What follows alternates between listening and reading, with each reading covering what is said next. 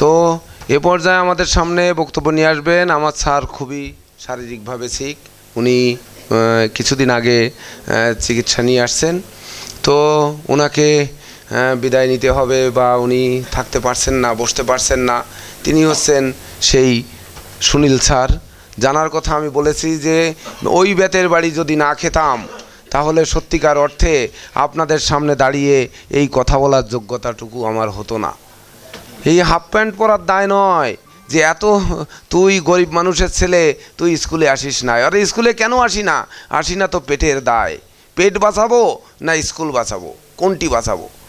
Even কি আমি test পরীক্ষা 6টার মধ্যে 4টা দিয়েছিলাম, অর্থাৎ আমি টেস্টেই তো ফেল করেছি, তাহলে কেমনে আমি পরীক্ষা দিব?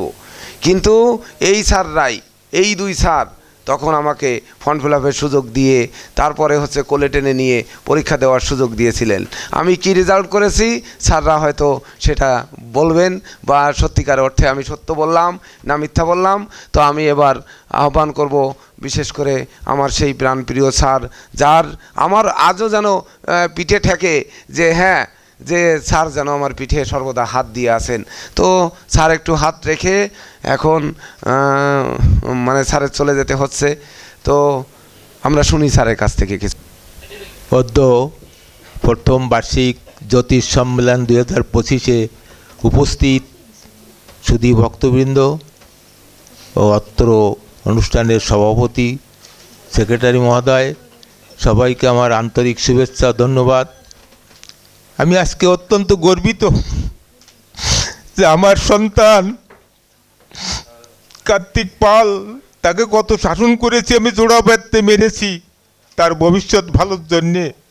সে আজকে সেই কথাগুলো ধরে রেখেছে, আমাকে সেই কথাগুলো একটু বলতে দিচ্ছে।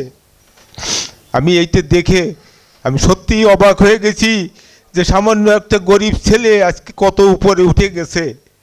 ঈশ্বরের কৃপা না থাকলে এগুলো হয় না। সে কৃপা করেছে তাই আজকে এত বড়। আজকে সবাই তাকে গুরুজি বলে ডাকছে। যাই হোক, আমি খুব অসুস্থ, আমি ভারত থেকে ডাক্তার দেখিয়ে আসছি। আমার প্রাণপ্রিয় ছাত্র সে দাবি করেছে স্যার আপনি দুটো কথা বলেন, তাই আমি দাঁড়িয়ে দুটো কথা আপনাদের সামনে বলছি। ভুল ত্রুটি যদি কিছু বলি সেটা ক্ষমা সুন্দর দৃষ্টিতে দেখবেন। আমার ছাত্রকে আপনারা সবাই আশীর্বাদ করবেন, ও যেন আরও অনেক বড় হয়। আজকে আমি গর্বিত এবং আনন্দিত। এই যে সম্মেলন, এটা ওর পক্ষে করা কীভাবে সম্ভব হয়েছে আমি চিন্তা করে বুঝতে পারছি না। যাই হোক, আপনাদের কাছে আমার দাবি আপনারা সবাই তাকে আশীর্বাদ করবেন, সেজন্য আরও বেশি বড় হতে পারে। এই বলে আমার সংক্ষিপ্ত বক্তব্য এখানে শেষ করছি। ধন্যবাদ।